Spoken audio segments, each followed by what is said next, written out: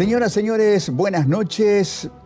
Bienvenidos, bienvenidas al Tablero Dominical. Estamos cumpliendo un mes en el aire de esta iniciativa de extender el ciclo de ocurrencia de nuestro programa y darnos un tiempo mayor que nos permita tratar con un poco más de comodidad algunos temas cuya complejidad exceden la urgencia de esa breve hora diaria que tenemos de martes a viernes también aquí en Mega TV.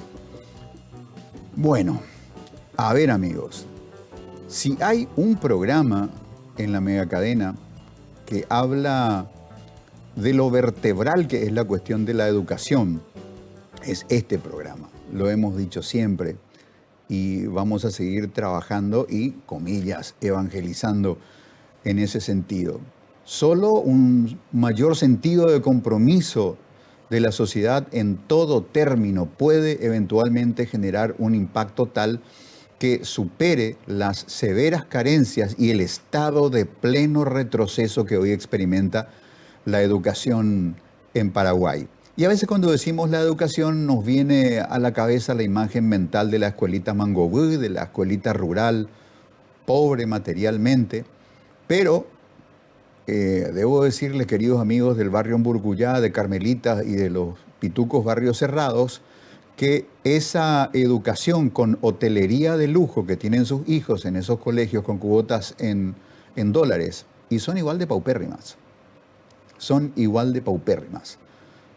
Porque quizás esa pauperidad empieza en la falta de interacciones sociales apasionadas, pero sinceras, honestas y bien fundadas, conversaciones sociales con buen fundamento científico, para que podamos construir y hacer aquello que estamos obligados a hacer, no más luego, aunque seamos Suiza o Dinamarca, pero no lo somos. Somos Paraguay y somos el Paraguay de la pospandemia. ¿Cuánto depauperó la ya de por sí pésima educación en Paraguay durante la pandemia? No sé quién nos va a dar el diagnóstico de cómo éramos y a qué abismos caímos. No comprender hoy que no hay mayor imperativo social. Es decir, vale la pena recuperar el sentido de lo social en Paraguay. Yo insisto, Paraguay dejó de ser una sociedad hace bastante tiempo. Somos un colectivo social anárquico donde nadie le respeta a nadie, donde la palabra no vale nada, donde la ciencia cada vez vale menos, donde la honradez no es un crédito, donde la meritocracia académica no sirve de un carajo. Pregúntenle a estos pobres chicos que fueron tratados como delincuentes en su intento de recuperar sus puestos de trabajo en Itaipú. Estamos desmembrados como sociedad. Esa urdimbre, esa trama social que crearon nuestros ancestros, nuestros mayores, el tejido de la sociedad paraguaya, que es un tejido de mucho mérito porque los tiempos previos fueron tiempos turbulentos, de revoluciones, de cuartelazos, de grandes guerras y, sin embargo, se creó un entramado social a través del cual respira lo que podemos llamar cultura paraguaya e identidad paraguaya. Hoy estamos en un estado de ruptura del pacto social. Entonces, amigos, ¿qué mejor momento para renunciar cada cual a su propio interés, a su propio egoísmo, a sus propios prejuicios y construir sociedad alrededor de un imperativo urgente que es restaurar las capacidades mínimas de la educación? Pareciera ser, mirándonos el bolsillo, que no, espera un ratito, vamos a ocuparnos de la educación después de que superemos lo económico. No habrá asuntos económicos que tratar si fracasamos absolutamente en lo educativo. Si no comprendemos esto, amigos, estamos fregados. Y pareciera ser que la pospandemia, que nos trajo también un tiempo de transición política, nos dice que vamos de mal en peor.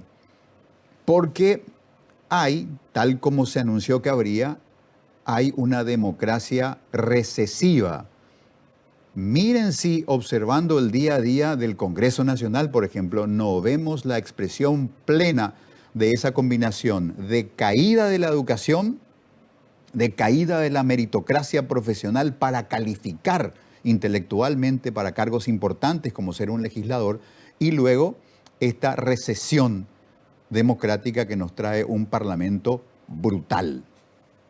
Y esa brutalidad, ese proceder que hizo que se vote de manera salvaje la ley de creación del Ministerio de Economía, un superministerio, la ley de creación de la Dirección Nacional de Ingresos Tributarios, esta atropellada para crear una superintendencia de seguros, sin debate, a tambor batiente, tratamiento del tema en 15 minutos, media sanción y a enviar al Ejecutivo, no es lo que se está replicando hoy en el ámbito de la educación. Vamos por la vía de los hechos, pero ¿qué mesa técnica del Ministerio de Educación? Vamos adelante, nosotros mandamos, nosotros somos más fuertes, nosotros somos el poder.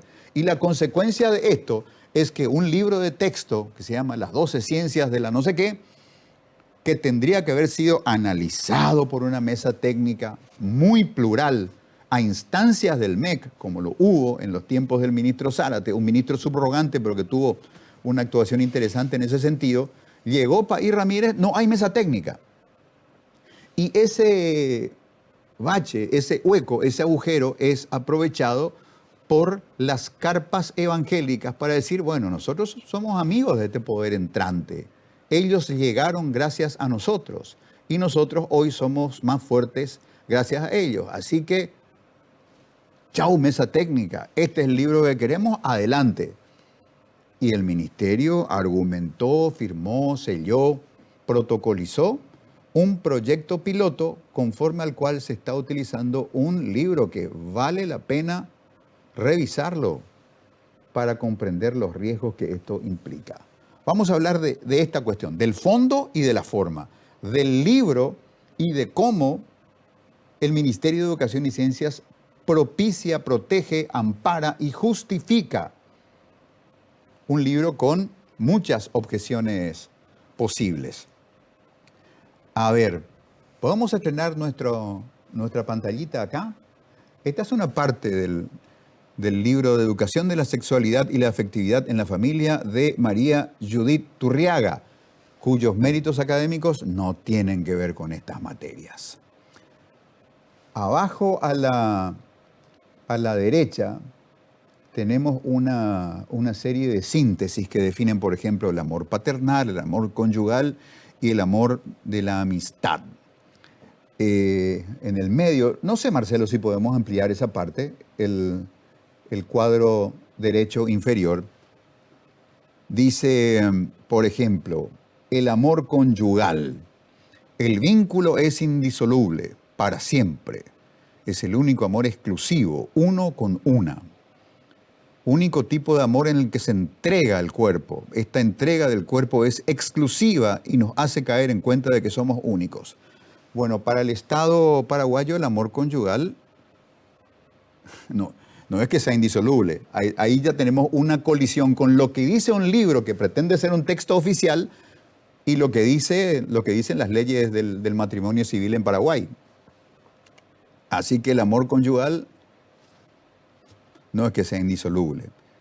Y luego esta entrega del cuerpo en exclusiva nos hace caer en cuenta que somos únicos. Eso es un sofisma absoluto. Amor de amistad, el vínculo es incondicional. Amor paternal, el vínculo es incondicional. Hay condicionalidades que son más fuertes que la sangre. Nuestras interacciones sociales son pactos y negociaciones. Nuestras amistades, hasta la idea de lo incondicional, es fruto de una negociación, explícita o implícita. Así que nada más revisar una página del libro y ya te saltan un montón de cosas que están lejos de ser verdades o razonamientos que puedan ser científicamente sustentables. Vamos a dialogar a propósito de lo que representa este libro y de lo que representa del por qué estamos hablando de este libro, de la responsabilidad por acción y omisión del Ministerio de Educación y Ciencias.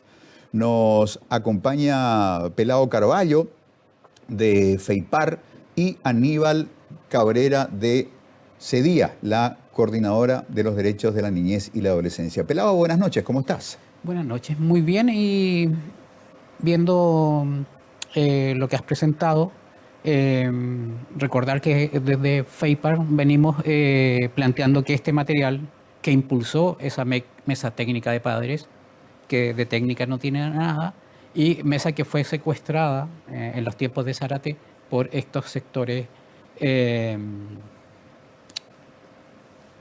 fundamentalistas y ontológicos,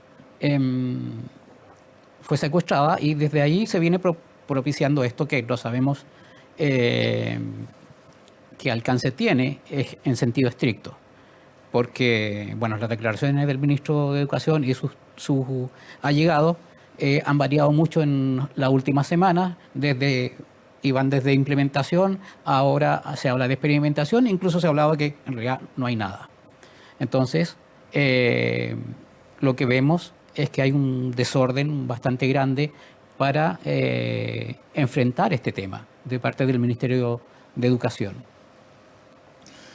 Aníbal, buenas noches, ¿cómo estás? Bienvenido. Buenas noches, Quique. Buenas noches también a la audiencia, Pelado. Gracias por la invitación.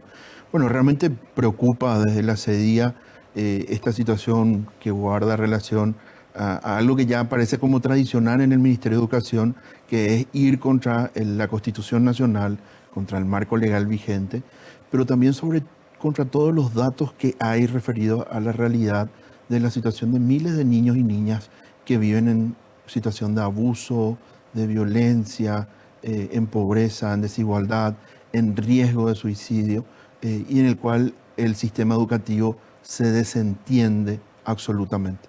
Y realmente preocupa porque estamos hablando de una población cautiva de más o menos 1.600.000 estudiantes que están dentro del sistema educativo, que se merecen recibir información de calidad con base científica que les pueda servir para mejorar sus trayectorias de vida y ser después personas adultas que puedan tener interrelaciones sanas e insertarse económicamente en la sociedad.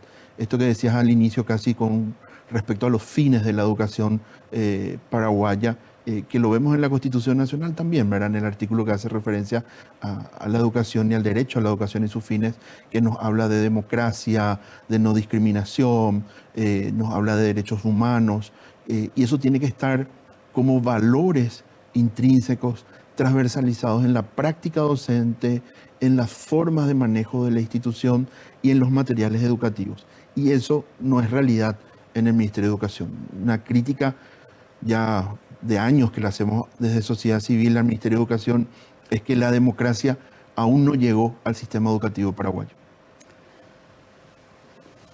Me resultó novedoso esto del plan piloto del que habla el Ministerio de Educación y Ciencias, y del hecho de que cae de maduro que, habiendo tanta controversia y tantas opiniones en blanco y negro, antes de ejecutar el tal plan piloto, ¿por qué no se convocó a una mesa para buscar un consenso? Pero yo diría que de fondo, probablemente el MEC viene haciendo históricamente planes piloto, pero esto me suena un poco a usar como cobayos de laboratorio a niños de una parte del país para someterlos a los conceptos y abordajes de un libro que tiene demasiadas cosas que están reñidas con la ciencia. Sí, en la práctica yo no le llamaría plan piloto, le llamaría plan kamikaze, en donde pone en riesgo la vida de los niños y las niñas. Porque al acercar información que no es de calidad y que no tiene base científica y que no tiene argumentación jurídica a los equipos docentes, hace que los abordajes que estos puedan tener en las diversas situaciones en las que viven los niños y las niñas sea absolutamente deficiente, ¿verdad? O sea, un docente que está transmitiendo este tipo de información a sus estudiantes hace que esos niños y esas niñas no puedan tener acceso a información de calidad, y sus decisiones no van a estar basadas en esta información, por lo cual sus vidas están en riesgo. Por ejemplo, decir que los métodos de prevención de la enfermedad de transmisión sexual no sirve. Eso dice el material, ¿verdad? O sea, si yo le digo eso a un adolescente que se va a consultarme siendo docente y le digo que no tiene ningún método, que ninguno sirve, le estoy mintiendo. Y la información que le estoy dando no es de calidad, y con esa información ella va a poner en riesgo, o él va a poner en riesgo su vida. Hoy nosotros hemos hecho consultas a estudiantes de la educación media en el Departamento Central, y aún hay adolescentes varones que piensan, Quique y audiencia, que usar una bolsita de hielo como preservativo es suficiente para prevenir riesgos de contagio hoy, en el año 2023, en el Departamento Central. ¿Qué pasaría en comunidades rurales más alejadas de la capital del país? No me quiero ni imaginar. Lo de plan piloto es una respuesta inventada a la rápida frente a las múltiples preguntas que desde la sociedad civil, desde la gente que está interesada en el tema de educación, han surgido a propósito de esta resolución donde el Ministerio de Educación habilita el uso de este material, resolución que surgió entre gallos y medianoche en los últimos tiempos de la administración del ministro Zárate, y lo que hubo fue un programa de promoción de este material, de promoción entre el funcionariado docente, y a eso, a posteriori, se le ha dado el nombre de plan piloto. Pero lo que se estaba haciendo era vender el producto, vender usando obligatoriamente a los docentes, a funcionarios de ciertas comunidades en el interior. Entonces aquí lo que hay es una iniciativa que no viene del Ministerio de Educación, sino que viene de fuera, y que el Ministerio de Educación ha ido avalando y dando respuestas tardías para intentar suavizar el tema. Pero aquí claramente que esto no está direccionado desde el Ministerio de Educación, sino que está siguiendo una pauta marcada desde fuera.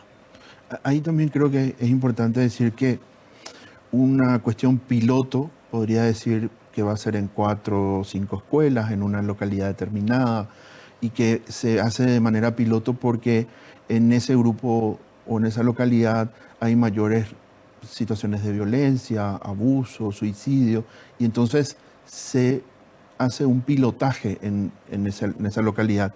Se tienen criterios. Acá evidentemente no hay ningún criterio, porque nosotros tenemos evidencia de que equipos docentes de Encarnación, la semana pasada, tanto jueves y viernes, desde las 7 de la mañana hasta las 5 de la tarde, estuvieron en la gobernación, en el salón de actos de la gobernación de Itapúa, siendo adoctrinados por esta persona con estos materiales, ¿verdad? Y así también ha pasado ya en Alto Paraná, y también ha pasado en Cordillera y en otras localidades, por lo cual ahí uno se pregunta, el alcance del piloto parece como una socialización masiva en términos reales. Lo otro que llama la atención es cómo un material de otro país, externo, sin revisión técnica por parte de los equipos del Ministerio de Educación, equipos científicos, pedagógicos, psicológicos, se está difundiendo con la resolución 933, que es la resolución que habilita a la utilización de este material con el sistema educativo. Y eso va de alguna manera de manera súper incoherente también con esto que nos vienen diciendo, que cuidado con la Unión Europea, cuidado con el convenio de educación y demás, que nos quieren meter cosas por la ventana y no sé qué. Y sin embargo, metemos 2 materiales de casi 120 páginas cada material, uno para familias y otro para equipos docentes, no sé, más que por la ventana, le abrieron la puerta de par en par a un material del extranjero, ¿verdad? Entonces uno se pregunta, este discurso soberanista con respecto a la educación, ¿cómo queda en referencia a este material, ¿verdad? Tengo justamente acá en pantalla, Marcelo, si podemos apretar bien el plano sobre la página, por favor, más grande, solamente la página, no los bordes, que es parte de lo que circula en las redes y que convoca a una actividad el 1 de noviembre próximo. Les ruego como amigos que somos, se lo tomen en serio lo que les estoy compartiendo. Participen, sean protagonistas. La presión internacional es muy fuerte y el amor al dinero también. La Unión Europea ya está preparando otra donación con los mismos fines. Si esto se llegara a interpretar, primero será adoctrinamiento de los niños desde los 4 añitos en las escuelas, luego la hormonización de los mismos y luego la castración de nuestros retoños. Esto es así en los países que se ha implementado, es el patrón. Y los padres ya no lo podrán impedir, pues la ley contempla el enfoque de derecho de los niños, que no es otra cosa que el empoderamiento de los mismos y por ende la pérdida de la patria potestad de los padres. En otras palabras, son los niños los que van a decidir, no los padres. Vos ya no vas a tener autoridad sobre ellos. Y al pie, si podemos levantar, lo que dice es espectacularísimo. Miren a España, a nuestros vecinos, Argentina, Brasil, Chile, niños con sus órganos genitales amputados, cercenados con incontinencia anal. ¿Querés que eso le ocurra a tus hijos y a tus nietos? Amigos, podemos volver a piso. Amigos, ustedes que consumen información de marcas periodísticas serias, digamos, acá en esta parte del mundo seguirán a CNN o a las grandes marcas periodísticas regionales, El Mercurio en Chile, Clarín en Argentina, o Página 12 si estamos en el mundo del progresismo, o la Red Globo en el Brasil, o los grandes tanques periodísticos españoles, El País, el ABC. ¿Alguna vez ustedes vieron una noticia que sea congruente con miren a España, nuestros vecinos, Argentina, Brasil, Chile, niños con sus órganos genitales amputados? ¿Cómo se puede sostener cómo se puede decir una cosa así y decirse serio y decirse un padre preocupado, un padre responsable?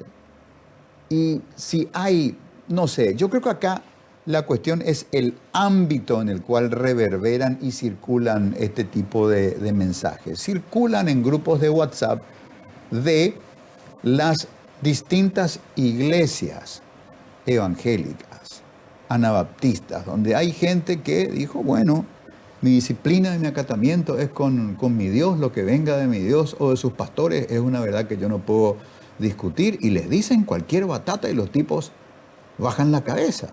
Porque afuera, en el mundo real, no hay una sola evidencia de esto.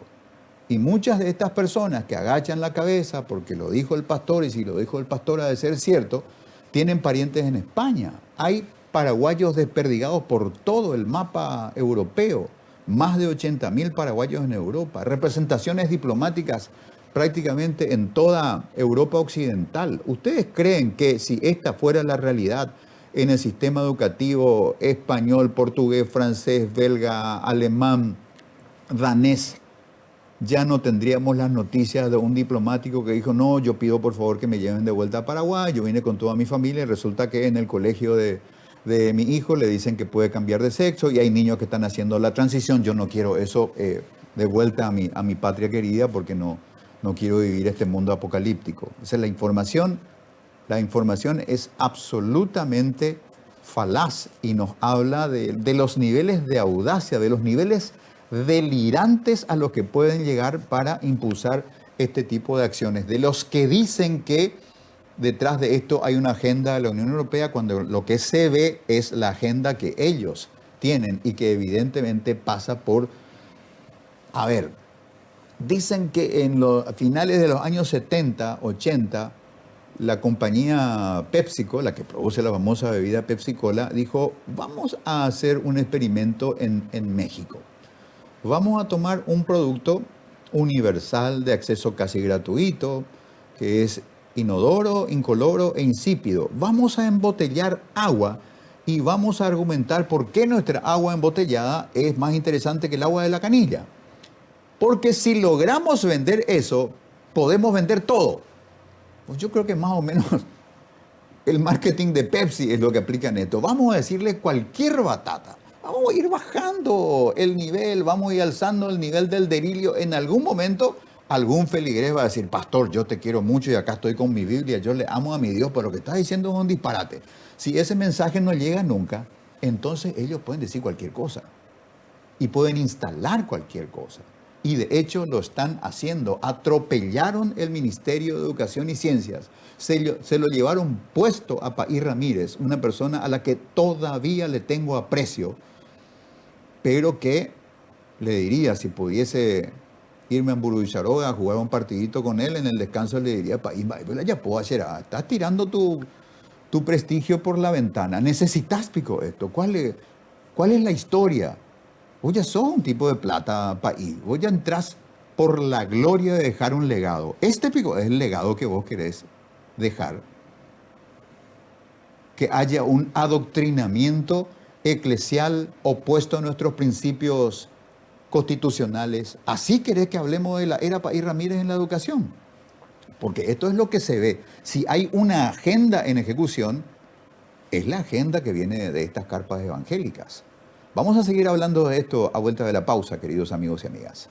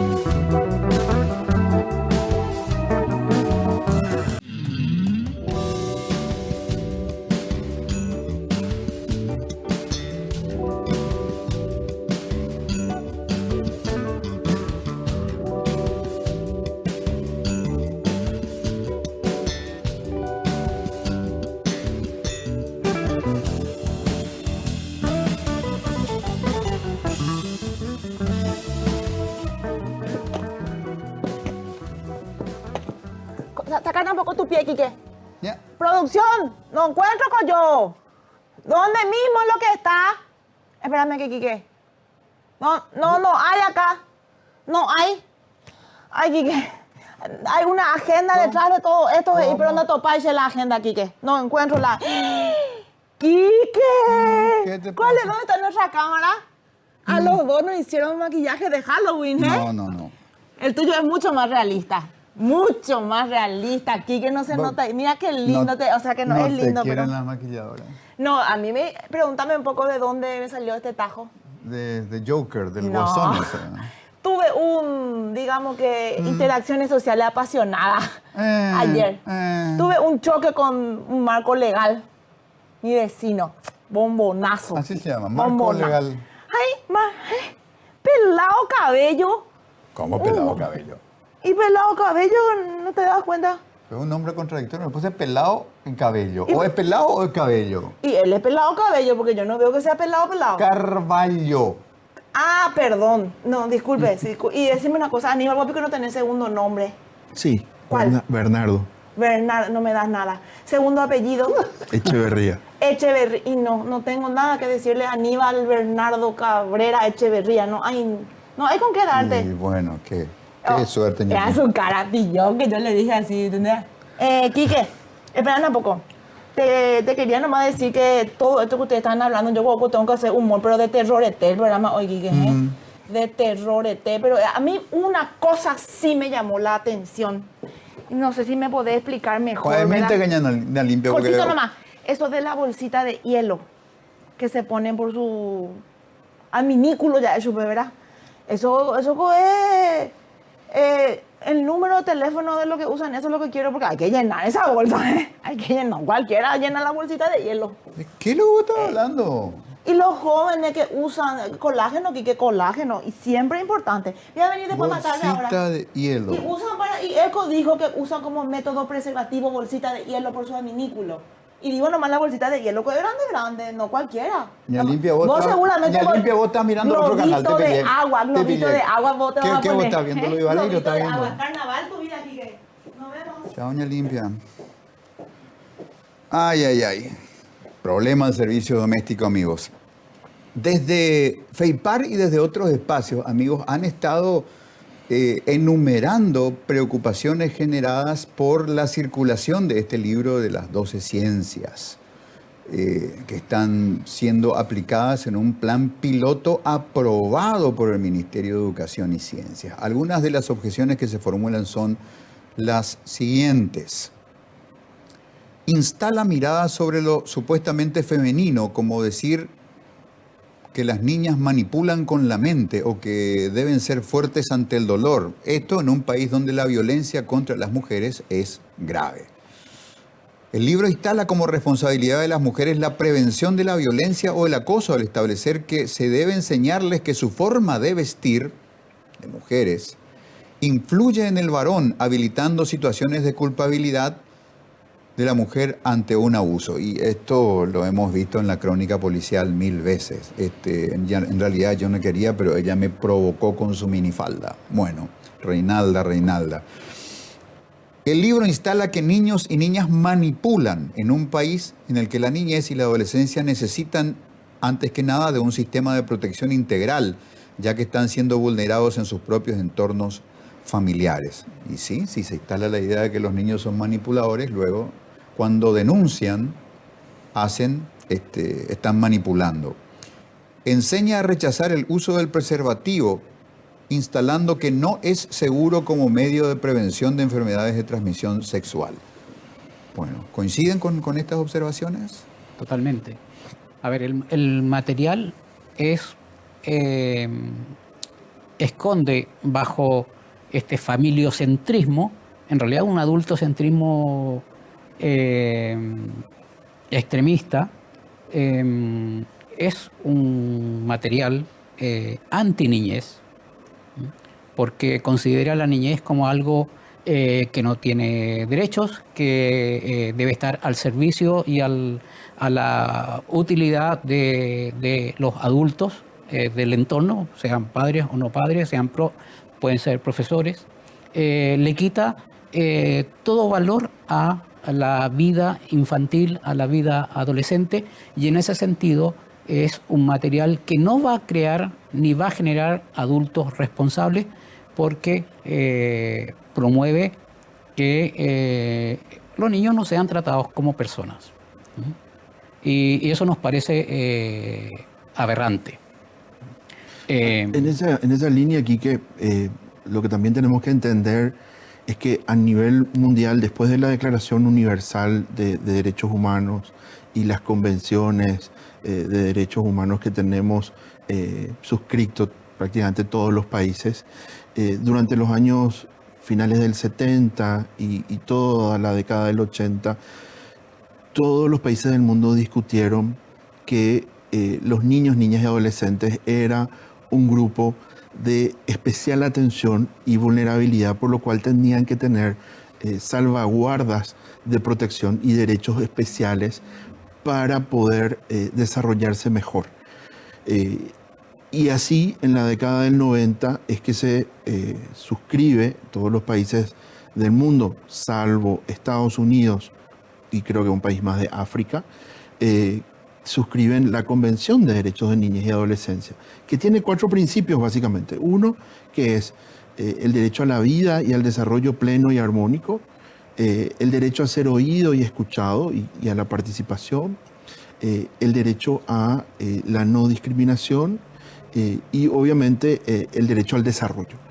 Y estos 4 principios están cruzados con las políticas públicas que los países tienen que desarrollar. Mejores acciones de protección, de prevención, vacunas para todos los chicos y chicas para que haya menos muerte infantil prevenible, etcétera, ¿verdad? Entonces, cuando decimos que no queremos el enfoque de derechos, lo que estamos diciendo es que queremos volver a una situación irregular que teníamos hasta la década del 80, que era donde los niños eran objeto de derechos y no sujetos, y por lo cual teníamos que atenderle como si fuera una plantera o una cosa, y podíamos mover y hacer con ellos lo que quisiéramos, ¿verdad? Y eso Paraguay además justamente recogió en el artículo 54 de su Constitución que la protección del niño y la niña es responsabilidad de la sociedad, de la familia, del Estado, y que en caso de conflictos, los derechos de los niños tienen que prevalecer o tienen que estar primero, además. Entonces, toda esta línea o esta corriente lo que termina haciendo es generando una desprotección absoluta hacia los niños y las niñas. Y el otro elemento que quería traer también de lo anterior que conversamos tiene que ver con el enfoque de salud pública y este material. O sea, este material está contrario a todo lo que el sistema de salud pública de Paraguay nos dice con respecto a la prevención de la violencia, a la prevención del embarazo, a la prevención de la enfermedad de transmisión sexual. Es más, Paraguay tiene una ley de VIH desde el año 2009 que no se puede aplicar en su totalidad porque el Ministerio de Educación no genera las condiciones para la prevención efectiva del VIH dentro del currículum y dentro del sistema educativo. Y nosotros hemos recibido denuncias en donde los equipos del Ministerio de Salud desde hace más de 10 años, desde el gobierno de Cartes, no pueden ingresar a las escuelas a dar, bueno, vos te acordarás, a los que son más jóvenes también, que antes se iba la enfermera con la obstetra, con el médico del centro de salud, se iba al colegio cuando teníamos 14, 15 años a explicarnos las enfermedades de transmisión sexual, las formas de prevenir, cómo prevenir un embarazo. Eso hoy los equipos de salud ya no pueden hacer desde más de 10 años, desde el gobierno de Cartes, restringiendo el acceso a las escuelas, a los equipos de salud. O sea, imagínate que esta interacción que tiene que haber de política pública, en donde el sistema educativo tiene que dialogar con el sistema de salud y tienen que proteger y atender a la población, no se puede hacer. Pelao, ¿qué futurología, con todo lo imperfecto que es? ¿Qué crees que va a pasar con esta hoja de ruta del plan piloto del libro? Después va a haber una evaluación súper positiva, una recepción clamorosa, los sectores propiciadores del libro van a decir que fue un éxito, como condicionándole al Ministerio de Educación y Ciencias. Bueno, y ahora, dale, 2024, este libro en todas las aulas. Vamos al kit escolar. Va a depender. Hay un debate que se está haciendo ahora, que es el debate que debió haberse hecho en el Ministerio de Educación y en otros ámbitos, donde se está evaluando el material a través de filtraciones, a través de lo que se conoce mediante esta gira de propaganda del material, y lo que siga en adelante va a ser producto de la intensidad, de la fuerza y de la profundidad de este debate que estamos haciendo acá, que se está haciendo en otros medios, y que se ha saltado, por suerte, los mecanismos regulares o irregulares que tenga el MEC, y en ese sentido no va a tener que ajustarse el Ministerio al resultado de este debate que estamos haciendo, donde por suerte la mayor parte de la sociedad civil se ha expresado contrario a mí me parece que es un negocio, a este negocio que es este material. Este material que es la punta de lanza de una propuesta sobre cómo debe ser la escuela, sobre lo que puede decir y lo que no puede ser. Un punta de lanza quizás no, porque ya venimos con la resolución Riera desde atrás, entonces no es me equivoqué, no es una punta de lanza, es una profundización. Entonces, yo creo que el ministro tiene la posibilidad de salvar esta situación, para él, porque no es enteramente su responsabilidad, viene de antes, esto fue... bueno, con él sí creo, Pelao, perdón por la interrupción, con él sí podrías usar la expresión punta de lanza, parece claro que él es la punta de lanza. Pero creo que ante esto puede volver a foja cero, puede deshacer esto. Ha ido explicando el asunto de diversas formas, primero la resolución en su totalidad, luego que era un experimental, ahora que es un plan piloto, en fin. Creo que puede llegar y podría ser una buena solución, decir, bueno, vamos a poner de nuevo en el tapete esta propuesta, estos manuales, junto con otros que podrían haber, para que sea evaluado por el conjunto de la sociedad, incluyendo los especialistas, no solo del MEC, sino de los ministerios que están involucrados, como niñez, como salud, mujer, en fin. Creo que se puede salvar la situación y creo que para eso hay que seguir impulsando el debate, la discusión, que la gente tiene que conocer la miseria del material que se está mostrando, la maldad del material que se está mostrando, la antiniñez que hay escondida en él, y antimujeres también es. Entonces, si se profundiza y si se debate con fuerza, creo que podemos lograr algún cambio en el escenario, porque ya ha habido ciertos cambios en el discurso, al menos, y estamos a tiempo de volver atrás y hacer algo que no se hizo al principio, y es que poner transparencia en esta discusión.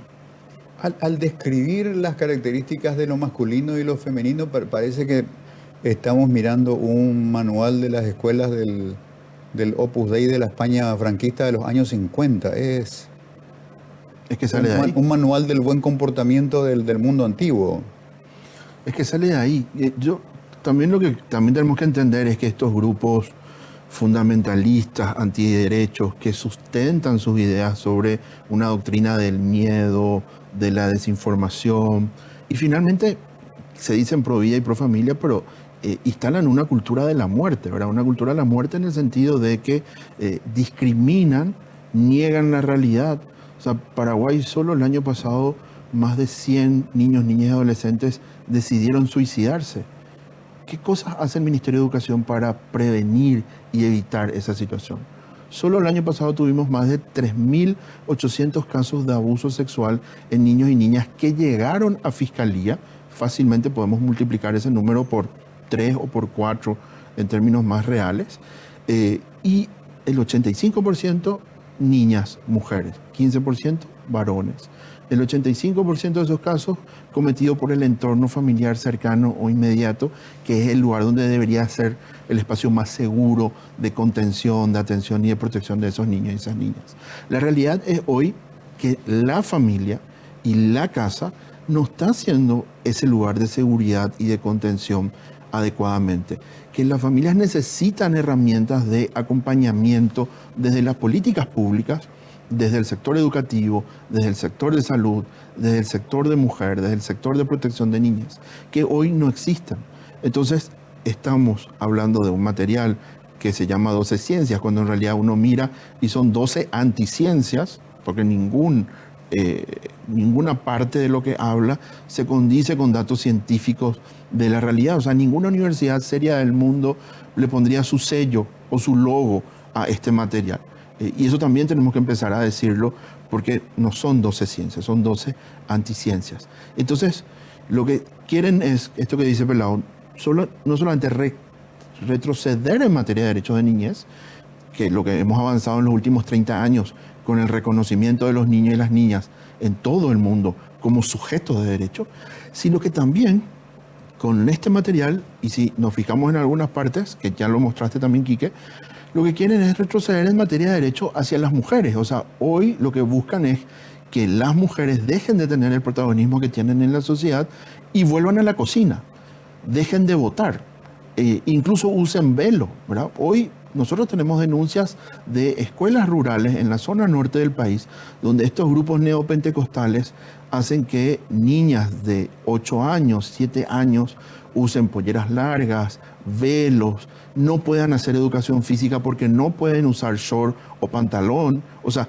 están obstaculizando el desarrollo y las potencialidades de las niñas y de las mujeres para empoderarse sobre sus cuerpos, sobre sus vidas y poder ser personas libres y autónomas cuando sean adultas. O sea, es mucho más grave lo que está pasando en el Ministerio de Educación y en el país de solamente estos 12 pautas, ciencias y demás que vemos en estos 2 libros.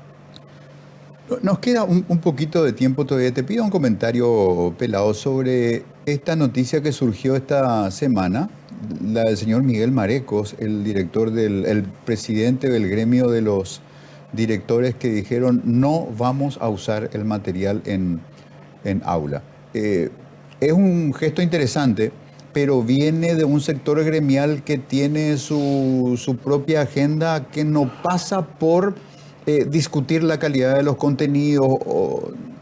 No, su columna vertebral no pasa por ahí, sino por reivindicaciones, nuestro escalafonamiento, nuestros salarios, sueldos, sobresueldos y compañía, como diciendo, nos sentamos a hablar y nos ponemos de acuerdo con nuestra agenda económica y bueno, y nos va a gustar el libro. Pero eso surgió.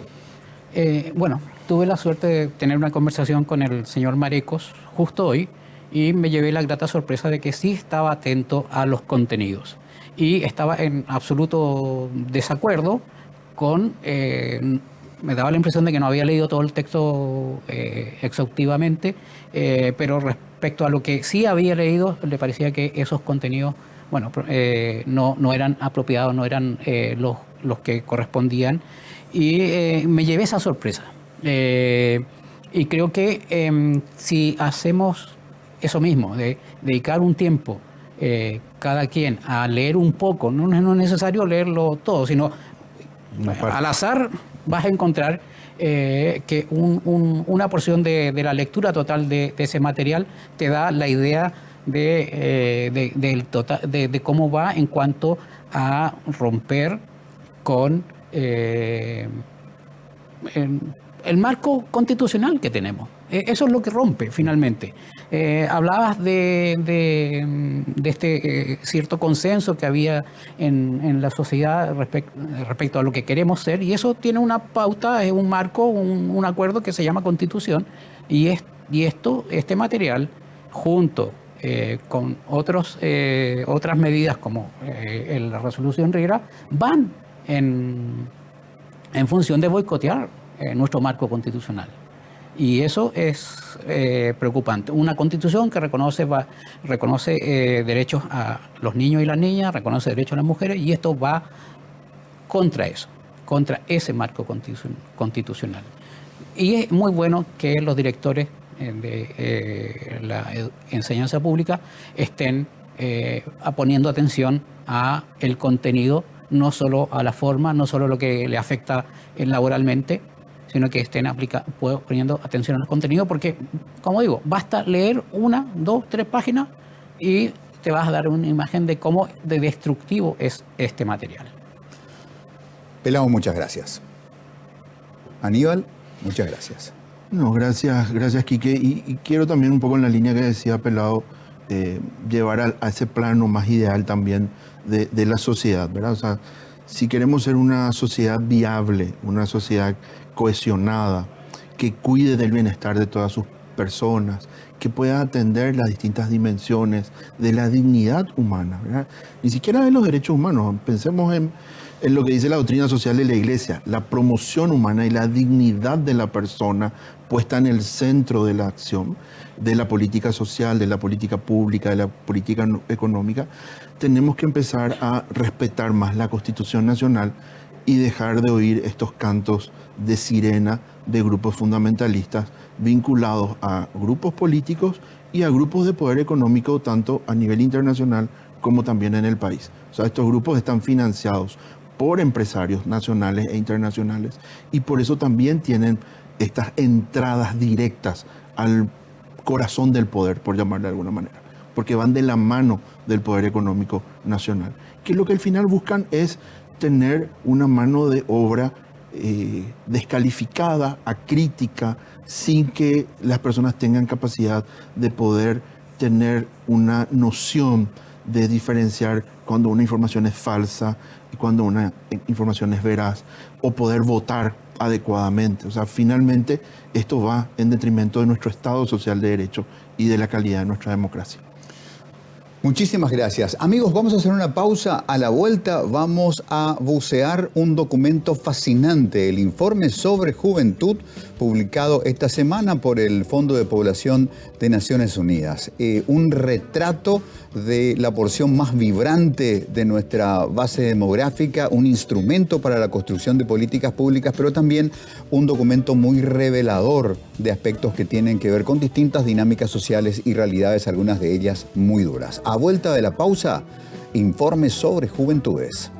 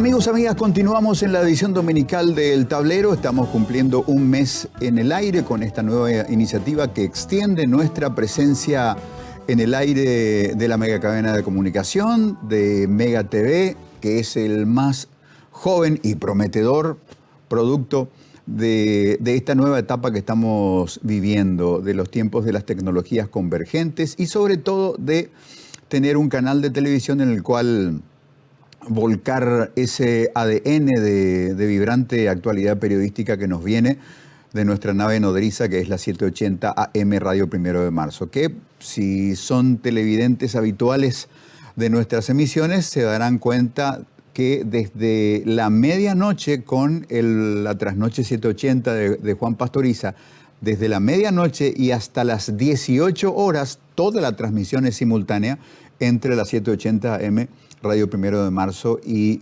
Mega TV, porque ambas cosas, digamos, en filosofía, en espíritu, en la manera de sentir y trabajar la noticia y en el compromiso de construcción democrática que tenemos, es un mismo caminar en los lenguajes conciliados de la radio y la televisión.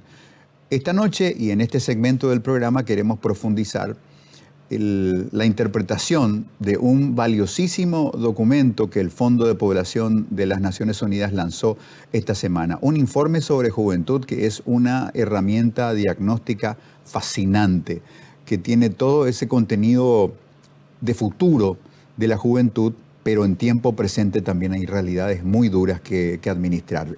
Fíjense en esta placa que tengo a la vista en la computadora y que hace a un aspecto que vamos a hablar de este documento, la cuestión de la salud sexual y reproductiva, que nos dice que en el Paraguay de hoy, hablando de la juventud, hay un parto por día de madres niñas de 10 a 14 años de edad y que hay un total de 36 partos diarios, equivalentes a la capacidad de un aula de la educación secundaria. 36 partos diarios de madres adolescentes de 15 a 19 años de edad. Año 2021, un total de 13.582 bebés con madres niñas o adolescentes. 13.582 casos. Que salvo alguna excepción de consentimiento, estamos hablando de que en la mayoría de los casos esos bebés son frutos de relaciones no consentidas, de relaciones violentas. Así que volvemos a piso. Este es un baño de una realidad durísima. Creo que miramos un poquito al costado porque son realidades inasibles frente a las cuales uno se siente pequeño. Y dice, yo pico, ¿qué puedo hacer frente a eso? Yo cuido mi pequeño patio de que en mi casa y ahí donde puedo influir esto no suceda, pero evidentemente sucede con una normalidad y el concepto de la normalidad duele porque esto no debería ser normal.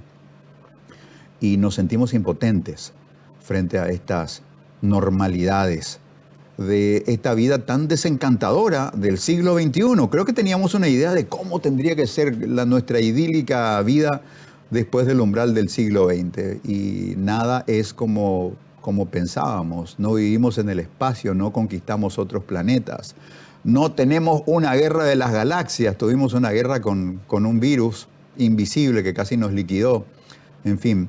Y después los mosquitos, ¿verdad? No combatimos astronaves espaciales venidas de otras galaxias, tuvimos que pelearnos con el mosquito y estamos perdiendo por haraganes.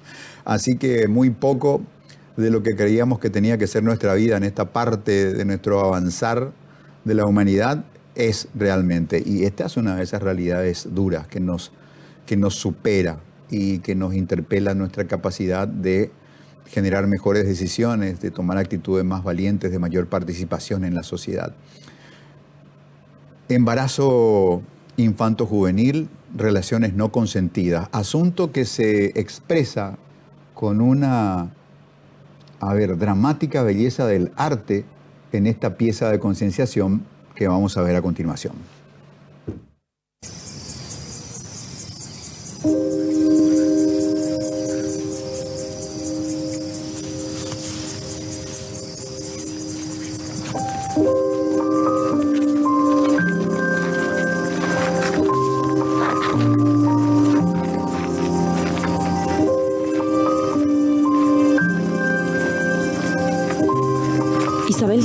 13 años. El hombre que vivía con ella, 40 años. Nadie denunció el abuso sexual. En medio de la cesárea, se detuvo su corazón. Una de cada 20 adolescentes en situación de pobreza ya dio a luz antes de los 15 años, lo que se duplica en niñas indígenas. La relación entre un adulto y una niña es un crimen, aunque tengan el consentimiento de las familias.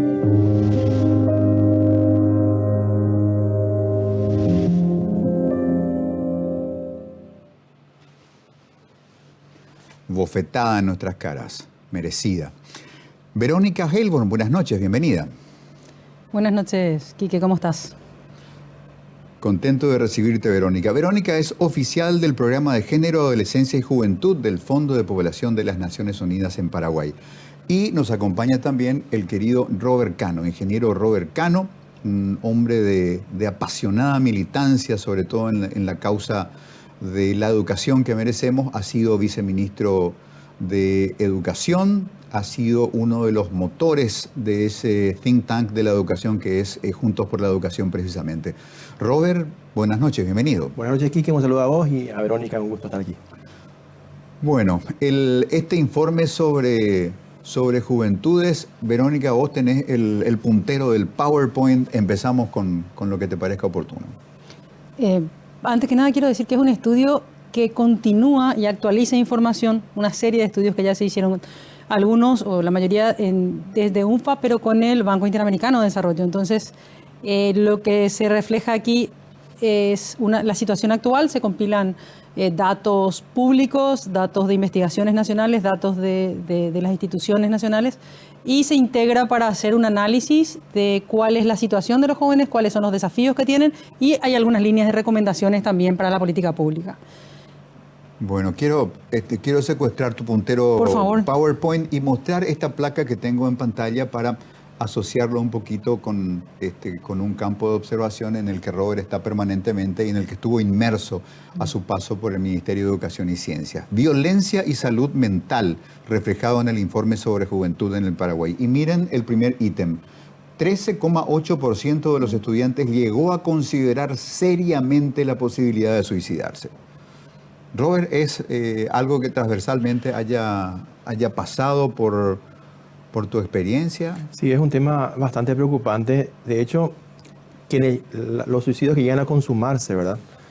Han trepado a cifras bastante preocupantes, incluso después de la pandemia, ¿verdad? Hoy me comentaba la gente de Salud Mental del Ministerio que la segunda causa de muerte violenta después del accidente de tránsito en Paraguay es justamente el suicidio. Tenemos más de 500 suicidios, entre 500 y 600 suicidios por año y una cifra creciente. Y eso es lo que se consuma finalmente. Y este país, lastimosamente, no tiene una estructura que sea capaz de contener a los estudiantes, a las personas que están queriendo tomar esta decisión. Me decía el doctor Castiglioni, de neuropsiquiátrico, que las personas toman una decisión no porque quieren realmente dejar de vivir, sino que quieren parar de sufrir. Esa es la realidad de la persona que toma esa decisión. Y toman una decisión drástica, irreparable, para una cuestión que tal vez tenga solución. O sea, esa es la cuestión que uno tiene que entender desde esa mirada, y creo que las políticas públicas no están todavía fortalecidas para poder hacer frente a este problema creciente y preocupante. Sin duda. Y esto, Verónica, lleva un poquito el complejo campo del concepto educación, porque hay educaciones fácticas. En el mundo PlayStation, el que mejor mata es el tipo más exitoso, ¿verdad? Entonces, se deshumaniza la idea de matar. El buen jugador de PlayStation escoge las mejores armas para matar con más actividad. Se desvaloriza el tema de la vida, y en algún momento, en el salto entre la PlayStation y el desencanto de esa escuela nocturna pública tan pobre, se hace el paso de realidad. Definitivamente el contexto que están viviendo los adolescentes y los jóvenes de ahora no se parece en nada a lo que hemos vivido las generaciones anteriores. Hay, además de muchos elementos nuevos, todo esto que estás hablando, todo este mundo virtual que en muchos casos trastoca o tiene unos valores absolutamente distintos a los que tenemos, a los que hemos intentado promover desde la educación y desde la convivencia y la construcción ciudadana.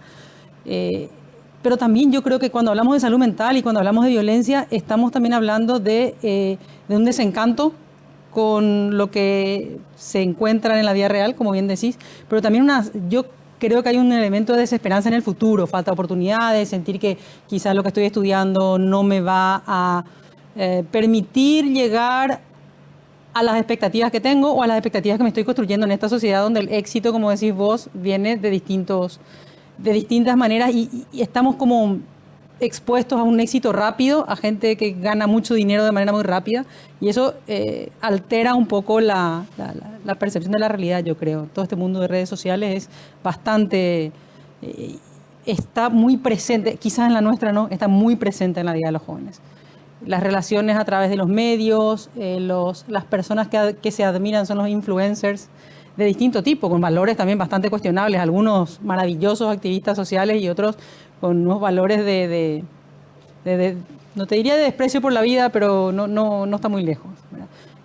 Quiero mencionar el tristísimo caso de hace un par de semanas, bueno, no hace un par de semanas, la semana pasada, más o menos, de esta chica que dejó un mensaje en redes explicando que a pesar de todo lo que había hecho, todo lo que podía, hizo todos los deberes, todo lo que a ella le dijeron que tenía que hacer, todo lo que y aún así sentía que no había una puerta por la que ella pudiera entrar y mejorar su calidad de vida y la de su familia, ¿verdad? Entonces yo creo que es una tristísima historia, pero que refleja todo ese contexto que tampoco contribuye a la salud mental. Porque la salud mental no es solamente que haya más psicólogos, también es las condiciones para construirse una vida y un proyecto de vida con esperanza, ¿verdad? Sí, la historia de esta joven es la historia de miles de jóvenes en el país. Y con esto también nos lleva a una de las cosas más tristes que vimos esta semana, que son estos jóvenes desvinculados de Itaipú, que fueron vandalizados por la policía nada más el día de ayer, que también ha sido un contraste social muy fuerte, mientras al mismo tiempo, en la misma semana, vimos hombres poderosos de la política rodeando a Hernán Rivas, tratando de protegerlo en su derecho a ser un abogado trucho. Gente de mucho valor que llegó con todo mérito a un cargo casi soñado, porque Itaipú es una aspiracional laboral muy, muy importante, ¿verdad? Hay generaciones, familias de ingenieros donde el hijo ingeniero reciente hace fuerza para seguir el legado familiar y entrar a algún puesto importante, lo logran, al mes lo echan a escobazos y no solamente esos fueron reprimidos por la policía como si fueran basura.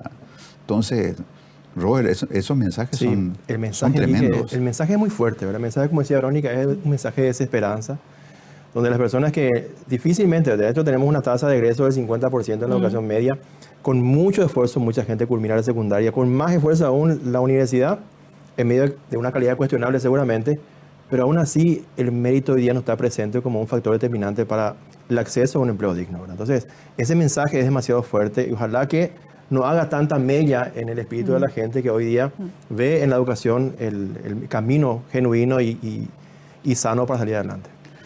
Ahora, no sé si engraneo un poquito con el mundo PlayStation, pero Robert, Verónica, ¿hace el mundo de la pedagogía desde el ámbito de lo ministerial y en el ámbito de la gestión privada un esfuerzo por comprender esas construcciones sociales y de afirmación de personalidad que hacen nuestros hijos preadolescentes y adolescentes al integrarse en el mundo PlayStation, y cómo eso tiene que maridar con el mundo real? ¿Qué tanto de eso tiene que ir al aula y en qué términos? Porque es tan fuerte el atractivo.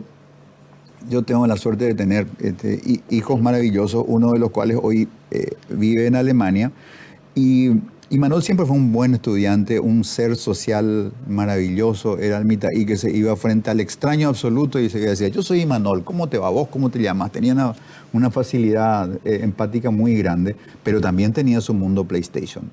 Y en el mundo PlayStation decía, bueno, Imanol, ¿y con quién estás? Y estoy jugando con mi amigo.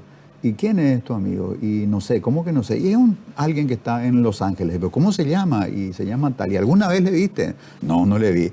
Y el tema ya no era jugar PlayStation. Había conversaciones con un perfecto extraño, incluso para él. Entonces, de por ahí, ese estudiante que no tiene demasiadas ganas de armar un grupo de estudios para hacer el trabajo práctico de de estudios sociales, pero el tipo quiere hacer un grupo de PlayStation, ¿verdad? Hay como dinámicas, energías e intereses que yo no sé si la educación interpreta ese tipo de cosas. Yo creo que la educación en general, a pesar de que hay educadores y espacios educativos donde hay un continuo proceso de reflexión y análisis crítico y de innovación para incorporar la tecnología a las aulas, siempre vamos por detrás. Yo creo que siempre estamos por detrás, evidentemente, bueno, sí, vamos por detrás de lo que ocurre. Sin embargo, creo que en tu comentario diste en el clavo. Yo creo que, así como no podemos decir que vamos a vivir sin Internet, no podemos decir que vamos a vivir sin juegos online o sin juegos de computadora, en redes. Pero sí lo que equilibra o lo que le permite a la juventud o a los adolescentes o a los niños combinar e integrar ambos espacios de una manera saludable son las habilidades sociales para la vida. Es decir, una persona, para mí el riesgo más importante está en aquellos chicos y chicas que no tienen ni, como decís, la energía o el entusiasmo por otros entornos, ni tampoco se sienten con las habilidades suficientes como para construir relaciones satisfactorias fuera, tener amigos, tener espacios de relación, si no en vivo, puede ser por WhatsApp.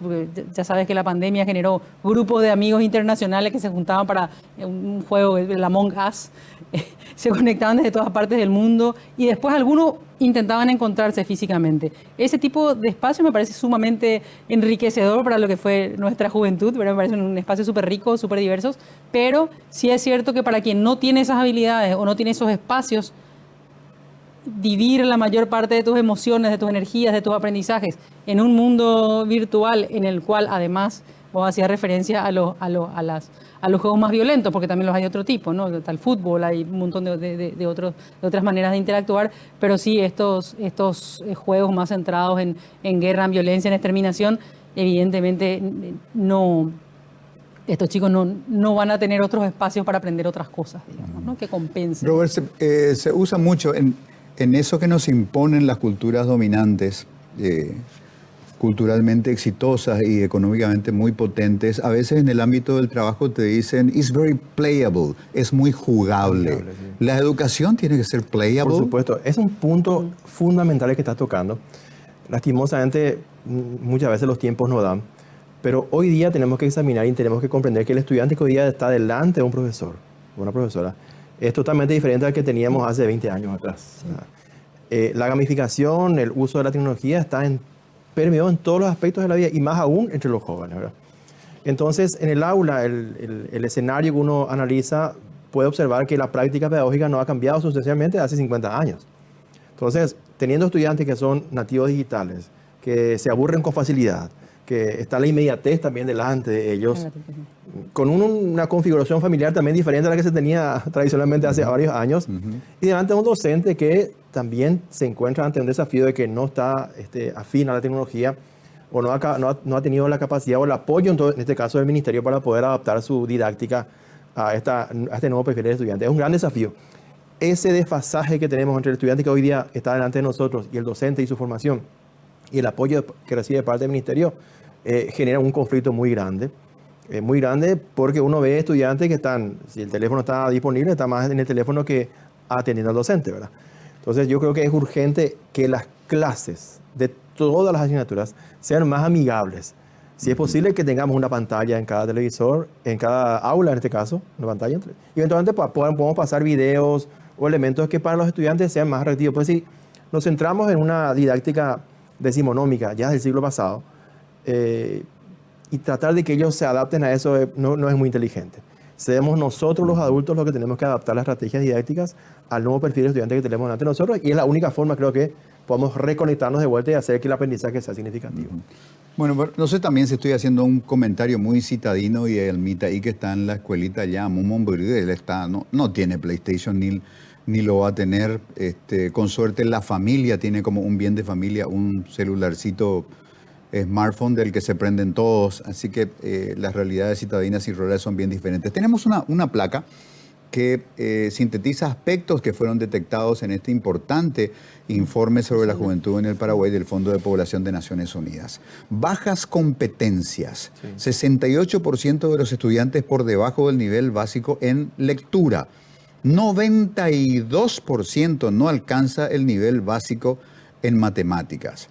76% se encuentra en la misma situación en ciencias. Este es PISA, ¿eh? Sí, estos son los resultados del estudio PISA-D que se hizo en 2018, se publicaron los resultados en 2018. Van a salir los resultados del nuevo ciclo a finales de este año. El nivel básico de competencia se define por aquellas habilidades mínimas que tienen que tener los jóvenes, los adolescentes, para lograr una vida digna, un trabajo digno, para tomar decisiones que le permitan cumplir su proyecto de vida. Entonces, no se trata de habilidades básicas para sumar y restar.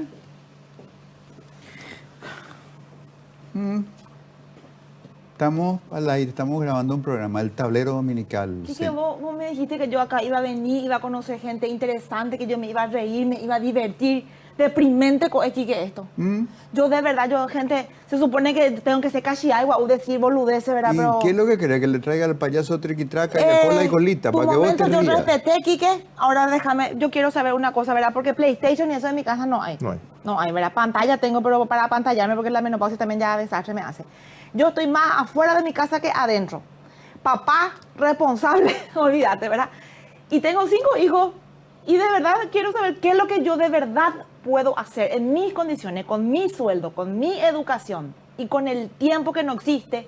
¿Qué puedo hacer yo para proteger de alguna manera? Pero hasta 3 cosas nomás, denme consejo, porque 5 ya no me... Salud, dinero y amor. Quique, le estoy preguntando a la gente que entiende. Por favor, 3 cosas que yo como mamá puedo hacer para cuidarle a mis hijos. Primero andate a una peluquería y que te corten bien el pelo. No crean los niños que este peinado así es normal. Si vamos a hablar nomás de Willow y todos los programas aquí, que traerle nomás a alguien más básico, permiso. De verdad, y te quiero saber qué puedo hacer. Porque no, es todo para reírse nomás.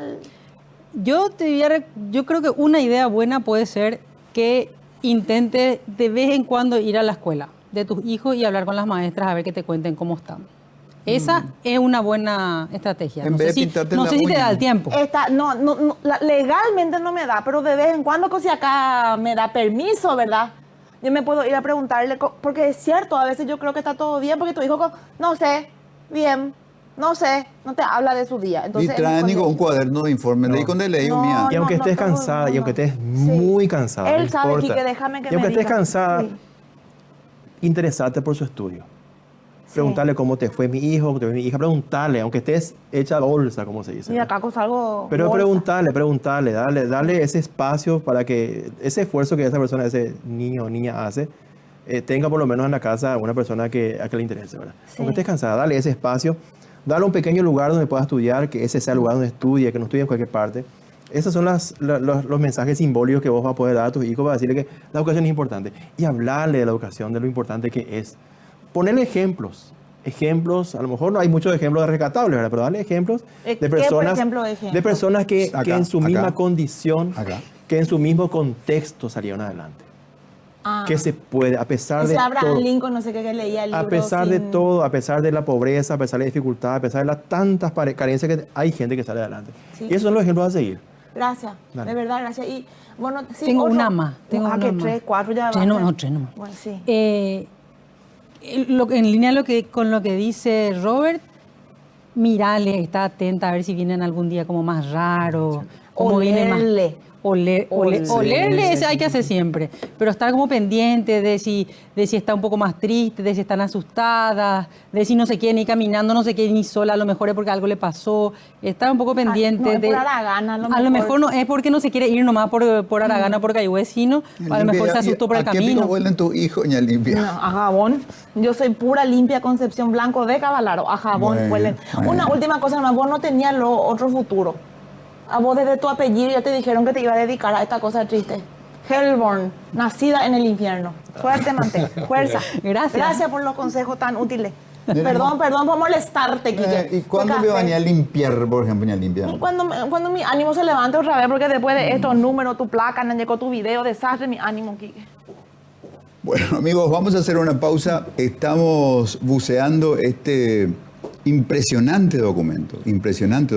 En las manos correctas, me gustaría un ejemplar en las manos, versión impresa, y otra versión digital en las computadoras de los señores legisladores, principalmente en los ministerios claves. Este es un documento a partir del cual se pueden construir políticas públicas, y además tiene un fabuloso sentido de la oportunidad que no es casualidad. Es la inteligencia, es el larguísimo viaje de aprendizaje de las Naciones Unidas, que dijeron, bueno, vamos a caminar juntos con el Censo Nacional de Población y Vivienda, de manera que cuando saquemos este informe, los datos sean frescos, actuales y precisos, y le den una consistencia demográfica que consolide los datos. Se dieron cuenta, ¿verdad? En noviembre nuestro gran censo, este año comenzaron a publicarse los números, y ahora aparece este instrumento bello, desafiante y muy preciso como herramienta científica.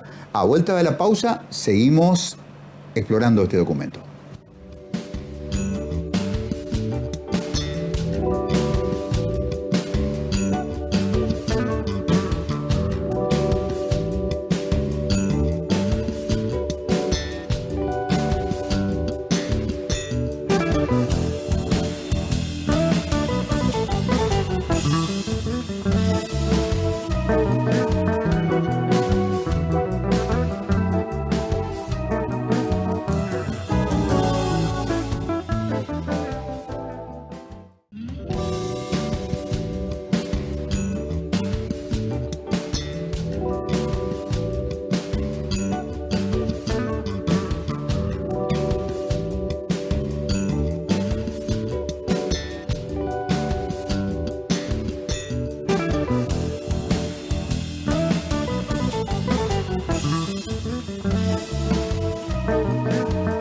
Quisimos hacer un video de 30 segundos para hablar del trabajo no remunerado en Paraguay, pero no alcanza ese tiempo para solo imaginar todas las cosas que se hacen, y de seguro de algo nos olvidamos.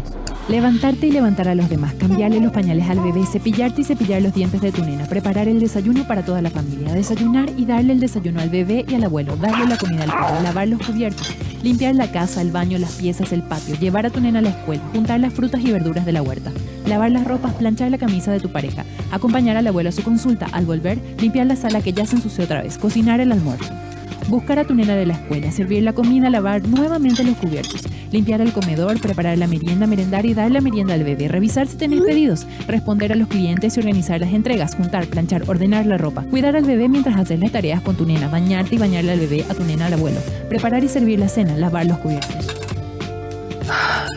Ver la tele según el tiempo que puedas antes de dormir, pero se derramó algo y pensás en levantarte a limpiar o ir nomás ya a dormir, y cuando por fin dormís, llora el bebé y toca cambiarle el pañal, darle de comer y esperar nuevamente a que salga el sol y todo vuelva a comenzar. ¿Cuánto valoramos el tiempo? ¿Pueden las personas elegir o no hacer las tareas? ¿Qué tiempo queda para el desarrollo personal y económico? ¿Qué valor económico tendrían esas inagotables horas de trabajo? ¿Cuánto tiempo de tu día consumen las tareas de la casa y el cuidado? El trabajo no remunerado en el hogar crea desigualdad y falta de oportunidades. El trabajo no remunerado incide en el desarrollo de las mujeres y del país. El tiempo vale. Impresionante. Este documento fílmico podría llamarse Todo lo que no hace Ñalimpia. Tan equivocado está aquí que... Bueno, es broma, pero lamentablemente esta realidad que se retrata es se corresponde con uno de los constructos sociales más complejos y más arraigados, la idea del rol de la mujer y la presunción de la gratuidad de ese trabajo. Y eso conduce a la consolidación de una de las injusticias sociales más duras, la idea de, che, ¿cómo son tus papás? Y mi papá trabaja y mi mamá se queda en casa, ¿verdad? Y papá sale a trabajar y 30 años después se jubila y papá trabaja de 7 a 15, mamá trabaja de 5 a 23 y a los 30 años no se jubila, nunca ganó un mango, de por ahí el matrimonio se rompe y qué sé yo. La idea de la pobreza de la mujer se multiplica. Bueno, bajo la aparente inocencia de esta referencia iconográfica, una realidad muy, muy cruda, muy dura y muy presente, muy vigente, Verónica. Sí. Además de cómo caracterizaste el imaginario, la respuesta que te pueden dar muchos chiquitos ahora de cómo están compuestas sus familias, en realidad hay muchísimas mujeres trabajando, además de manteniendo y siendo las gerentes del hogar, ¿verdad? Con todo la carga mental que eso implica, además del tiempo real de ejecución de tareas, hay toda una carga mental de estar pendiente de los detalles, de los servicios, de las tareas de los chicos. Verónica, las estadísticas decían que Asunción y Central era el área geográfica de mayor concentración de las mujeres jefas de hogar. De que además de hacer todas esas cosas que describe el video, están al frente a trabajar. De la recaudación, digamos, de los ingresos familiares. Sí, de hecho, Central y Asunción concentran además una población, el peso poblacional casi más alto del país. Pero sí, también es donde hay más jefas de hogar. Además de este trabajo no remunerado que acabamos de ver en el mini video, tenemos que pensar que estas tareas de cuidado también las llevan las niñas, las adolescentes, las abuelas, las jóvenes, e impacta en lo que comentábamos antes también, en la asistencia a los centros educativos y en lo que comentamos también como el bono femenino, es decir, es una cantidad enorme de mujeres que están dedicando muchísimas horas de trabajo al cuidado de los demás, de la vivienda, de la familia, y que por tanto sostienen una economía, y que si le pusiéramos un valor económico a esa dedicación, a esas horas de trabajo, se traduciría en un importante porcentaje del PIB. ¿Qué significa esto? Si estas mujeres, significa dos cosas, si estas mujeres no estuvieran haciendo esas tareas, nuestra sociedad pararía, porque no sé quién las podría estar haciendo, no sé cómo lo haríamos. Yo siempre que voy a una reunión me fijo mucho en qué tan arreglados vienen los hombres, los señores. Y digo, ¿se habrán planchado ellos su camisa? Vienen impecables siempre, están todos churrísimos. Pero normalmente, aunque hay excepciones, normalmente eso implica que hay un grupo de personas que les está cuidando, ¿verdad? Claro. Y eso se nota también. Es un lugar común de las conversaciones sociales, de las chicanas que se comparten en los perros. Y dicen, mira, pues fulanito con su camisa arrugada, pero ahí coño se jode, ¿verdad? Sí. Si anda medio desarregladito porque alguien dejó de recibir esas gratuidades del servicio hogareño. Y el segundo elemento, si todas estas horas y estas fuerzas de trabajo se fueran al sector remunerado, lo que eso implicaría para la economía del país. Ese es el bono femenino. Si incorporáramos a todas las mujeres que están fuera de la fuerza de trabajo remunerada, ¿qué implicaría eso para el desarrollo de la sociedad y el desarrollo económico de un país, ¿verdad? Sí. Esa es otra señal de estas diferencias que mencionabas. Como anécdota nomás, Quique y Vero, cuando hace unos 20 años conocí a una persona ya mayor, me presenta a su pareja, a su esposa, como servija. En esos términos se refería, y creo que la gente antes se sigue refiriendo de esa forma a su cónyuge, ¿verdad? Servija, para hacer un poco reforzando lo que decías. Escuché en el video... A propósito de asuntos decimonónicos, ¿verdad? Sí. Fíjate que escuché como 5 veces el abuelo en el video, ¿verdad? Y no es un detalle menor, porque generalmente las personas que quedan a cargo del cuidado de los mayores son mujeres, ¿verdad? Sí. Son mujeres y que relegan de repente la oportunidad de seguir trabajando o estudiando. La proporción de adultos mayores ahí viene. La proporción de adultos mayores va a ir creciendo en la población total. Por lo tanto, si no hacemos algo para que esta situación se pueda... Gracias. Limpia, todo bien con tu gentileza, pero... Gracias, Limpia. Yo cuando tengo ansiedad, como. Ajá. Como. Y ver ese... ¿Vos tenés abuelito en tu casa? En mi casa no, por suerte. Le toca a mi mamá aguantar ese. Mi abuela vive con mi mamá y para más vive mucho. Dios mío, es de sana esa mujer, de bárbaro lo que ya hicimos y vive igual. Pero me sentí más muy identificada, ¿verdad? Con el cortometraje de mi vida que hicieron ahí en ustedes, ¿verdad? Espectacular. Pero una cosa yo le quiero decir, ese yo vi un antes y un después, ¿verdad? Porque yo Me harté, ¿verdad? Y me reinventé. O sea que inventé mi nombre, mi edad, entré en Tinder. Y conocí un extranjero, ¿verdad? Y yo quiero saber nomás qué estamos haciendo mal las mujeres paraguayas.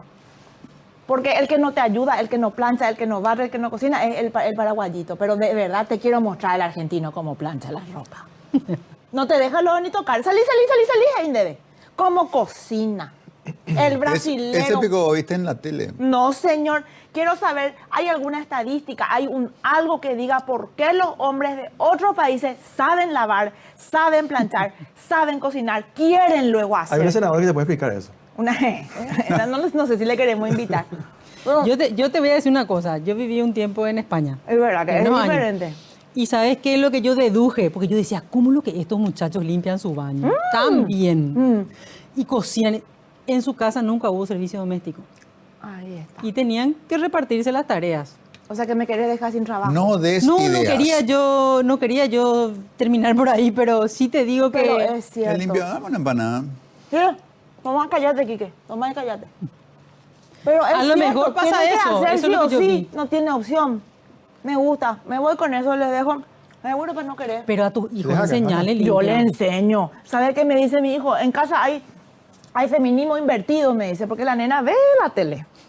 Y los varones así le tengo, para equilibrar un poquito la desigualdad de Paraguay. Permiso. Te felicito. Gracias. Yo limpia. también te felicito. ¿Vos, pico, hiciste esto? No, qué puta, yo no hago nada. Voy a poner la mesita. Salgo de la calle, voy no a hago sentar nada. encima enseguida. Ah, bueno, perfecto. Ah, Vamos por acá. Dale. ¿Quieres? No, gracias. Bueno.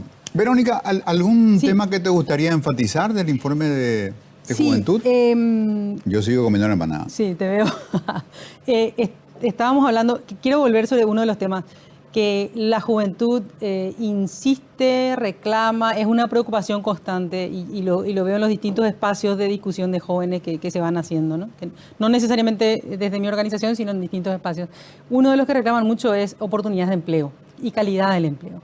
Yo creo que, es medianamente sabido que en Paraguay la informalidad en el empleo es bastante alta. Está, según los últimos números, en torno al 65% a nivel nacional. Pero, y es más alto en los jóvenes. ¿Qué quiere decir esto? Si pensamos, en torno al 70% de la población no tiene IPS, no tiene acceso a un servicio de seguridad social, no tiene un plan de jubilación. Entonces, esto lo que hace es que cuando tenés un empleo de esa calidad, cualquier situación estás muy vulnerable a caer en la pobreza. Siempre decimos, estamos a una enfermedad Claro. de caer en la pobreza. ¿Por qué? Porque hay mucho gasto de bolsillo en salud, mucho gasto de bolsillo en educación, mucho gasto de bolsillo en general. Aunque en muchos aspectos salud y educación han mejorado, sí es cierto que el nivel de informalidad en el empleo se mantiene, no baja tan rápido como quisiéramos. Entonces, estos números son todavía mayores en los casos de jóvenes. Solamente de los datos del estudio, solamente el 20% tiene un empleo formal. Solamente el 20% de los jóvenes tiene un empleo formal y solamente el 10% de los jóvenes rurales tiene algún tipo de plan de jubilación.